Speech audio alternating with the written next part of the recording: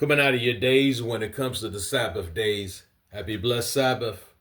Today is July the 26th, 2025. July the 26th, 2025. So this is video number 26. All right. Coming from the book of Zechariah, chapter 14, verses 16 through 19. And it shall come to pass that everyone that is left of all the nations which came against Jerusalem shall even go up from year to year to worship the King, the Master of hosts, and to keep the Feast of Tabernacles. And it shall be that whoso will not come up of all the families of the earth unto Jerusalem to worship the King, the Master of hosts, even upon them shall be no rain. And if the family of Egypt go not up, and come not, that have no rain, there shall be the plague, wherewith the master will smite the heathen that come not up to keep the Feast of Tabernacles. This shall be the punishment of Egypt, and the punishment of all nations that come not up to keep the Feast of Tabernacles. Okay? Book of Isaiah, chapter 66, verses 22 through 23. For as the new heavens and the new earth, which I will make, shall remain before me, saith the Master, so shall your seed and your name remain. And it shall come to pass that from one new moon to another, and from one Sabbath to another, shall all flesh come to worship before me, saith the Master. Okay, so this is two different passages of scripture taken from the Bible. One, the book of Zechariah, chapter 14, verses 16 through 19, that we just read previously, speaks of feast day observance on the new earth.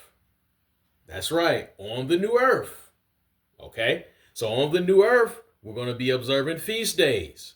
It speaks particularly about the Feast of Tabernacles. Okay, the Messiah is going to tabernacle with us, right? So we're going to observe the Feast of Tabernacles, and those who don't come from year to year, right? From year to year to worship the King and to keep the Master of hosts, verse 16, and to keep the Feast of Tabernacles, right? There's going to be punishment, right? Punishment is going to be executed if you don't come to keep the Feast of Tabernacles.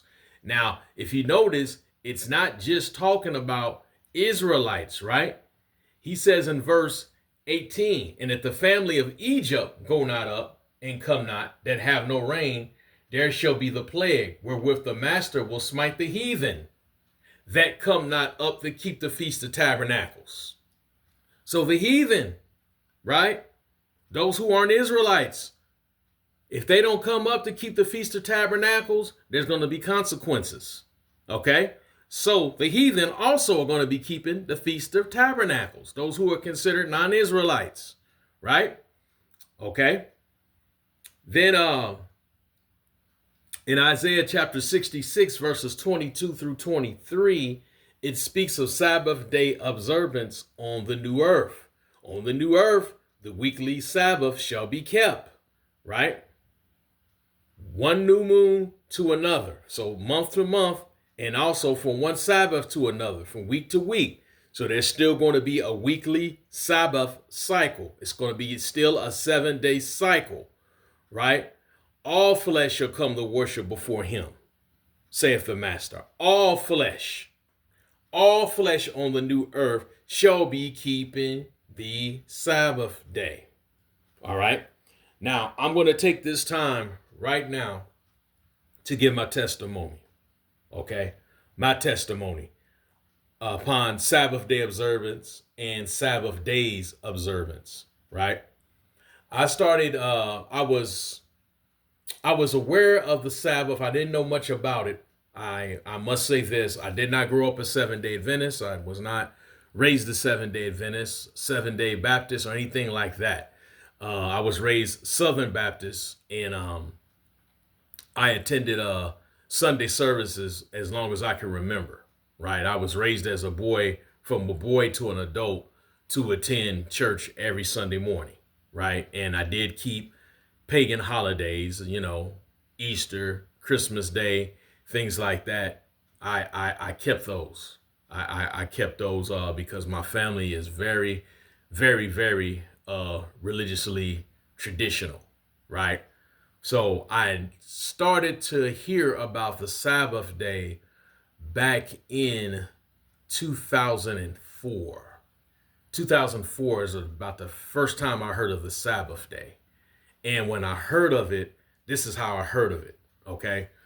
Um, I was working a certain job as an adult, and it was my first year preaching the gospel, right?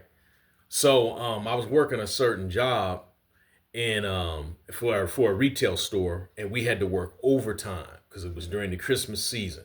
We had to work overtime, so we had to work on a Sunday. So we had to work on a Sunday morning. Well, no, Sunday afternoon. Excuse me, Sunday afternoon. So after church services, it was mandatory for everybody to come in to work that Sunday afternoon if you wanted to keep your job. I really needed a job back then, like anybody else, right? So it really bothered me. So I spoke to a good friend of mine, like, I really don't want to come in on Sunday afternoon. That bothers me. I don't know what to do though. I'm praying on it, but I don't know what to do. I can't afford to lose my job, but I don't know what to do. Am I lacking faith? What's going on? So that particular friend told me, well, don't trip on it too much because to tell you the truth, the Sabbath day is actually Friday sundown to Saturday sundown. It's not Sunday morning. And I was like, what? It was like, yeah. So I started to do some research from there, but I still wasn't convinced, right? Because I wasn't sure. I prayed on it and things like that, but I continued to do my research, right? Then about 2000, about maybe what, 6 years later? Yeah, about 6 years later, from 2004 to 2010, I did a little research, but I didn't do any diligent research. Did my research, kind of put it down, and was like, okay, right. It came back to me again in 2010. Um, I was working a job, and it was the same type of situation. And somebody tried to bash me with it, and I was like, well, I'm gonna continue to do research, bro, because I said, to tell you the truth, the research I've been doing and what I heard about 6 years ago is that the Sabbath day is actually, instead of Sunday morning and Sunday all day, it's actually what we call Friday sundown to what we call Saturday sundown. And he was like, what? I was like, yeah, man, I'm gonna continue to do my research. So I was going to seminary school at that time. I was in college at that time. And I continued to do research, and all the professors that I ran it by about the Sabbath day, they all bashed me. Come on, you know better than that. You know the Sabbath day is Sunday morning. You know what day we're supposed to go to church. You know what day we're supposed to rest, right? So I'm working this particular job, and this guy comes in to fill up the medical supplies, all the medications, allergy meds, and things like that. I happen to be in the break room. I noticed that this young man is very discouraged. So I asked him, everything all right with you? Everything all right with you, bro? And he, told me the situation that he was going through, marital problems, and this and that and this and that, whatnot, right? So I was like, well, hey, bro, I could pray for you in the locker room right now. As soon as you get finished with your job. And he's like, yes, I would like, he had a heavy Bohemian accent. He's like, yes, I would like that. Right.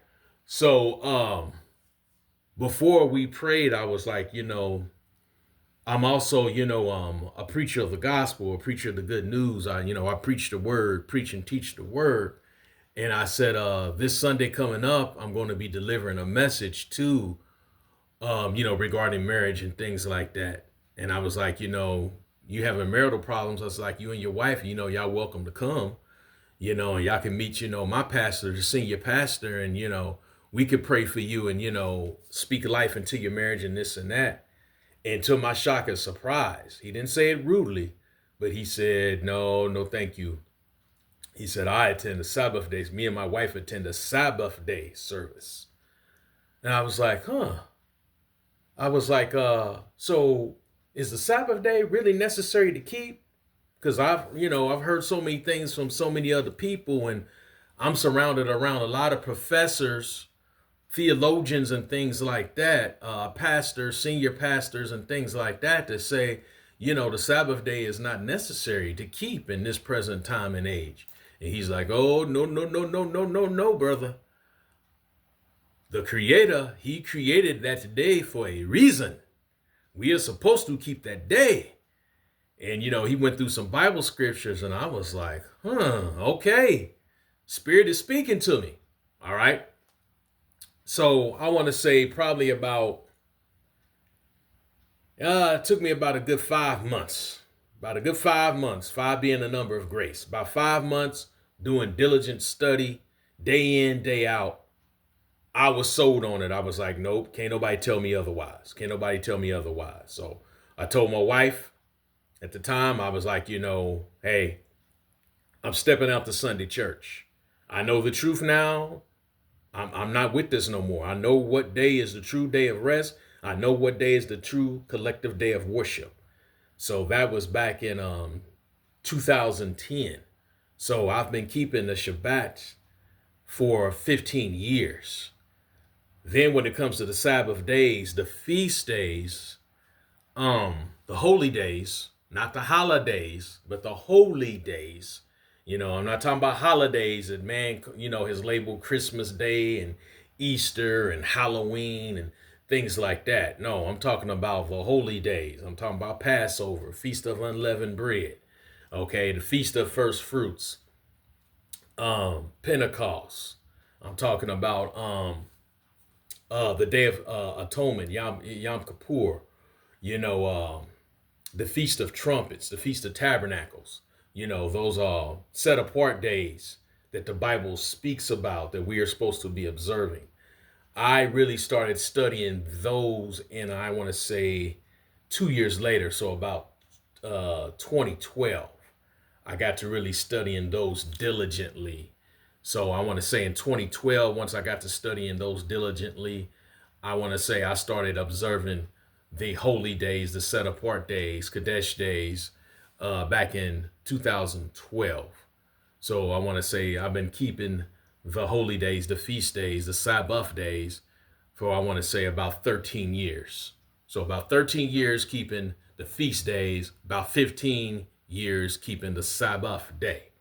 So that's my testimony. Stay tuned for further videos. We're coming close to the end. So I'm hoping everybody's enjoying this and everybody's taking this in. This is not just something, I received overnight. And if it was, the Most High would still have, blessed me with everything I need to teach this and to present this. However, this is something that has come from years, and I mean upon years of diligent study. All right. Years of diligent study. Okay. So stay tuned to the next video. Everyone have a blessed day. Have a happy, blessed Sabbath day. Get you some rest, fellowship with some fellow believers. Watch these videos, study these videos, on the Sabbath day. That's what the Shabbat day is for.